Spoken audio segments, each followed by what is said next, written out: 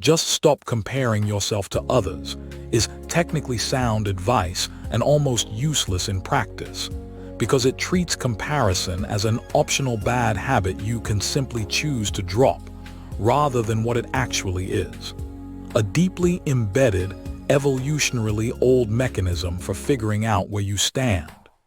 Here's the fix hiding in the actual psychology.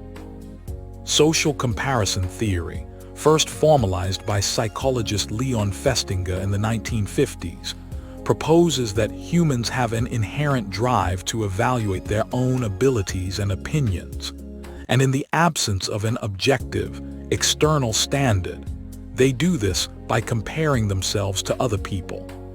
This isn't framed as a flaw or a modern cultural problem. It's framed as a fundamental, largely automatic process for self-assessment, one your brain runs constantly and mostly outside conscious control. Where the popular advice becomes practically misleading, it implies comparison itself is the problem to eliminate. The actual research distinguishes between two very different types with very different effects.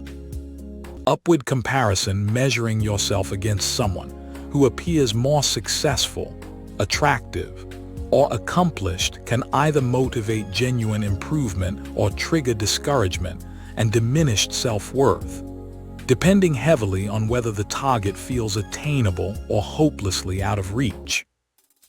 Downward comparison, measuring yourself against someone worse off in some relevant way, tends to boost mood and self-esteem in the short term, though it can also breed complacency or, in less healthy forms, a kind of quiet superiority that isn't especially good for anyone either.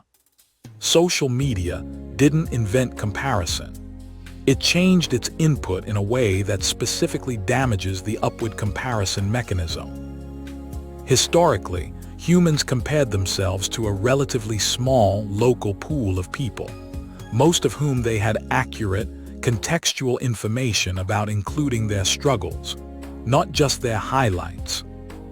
Social media provides a nearly unlimited stream of upward comparison targets, presented with almost none of the negative context that would normally moderate the comparison, and often algorithmically weighted to surface exactly the content most likely to trigger engagement, which frequently overlaps heavily with content most likely to trigger comparison. The practically correct fix, once "just stop comparing," gets replaced with something aimed at the actual mechanism. You can't realistically shut off an automatic evaluative process that's been running in humans for the entirety of recorded history. What you can influence is the input feeding it. Specifically curating who you're comparing yourself to, following accounts that show realistic process rather than curated highlight reels. Deliberately noticing when a comparison targets advantage is largely due to circumstance rather than effort, changes what the automatic comparison mechanism actually has to work with.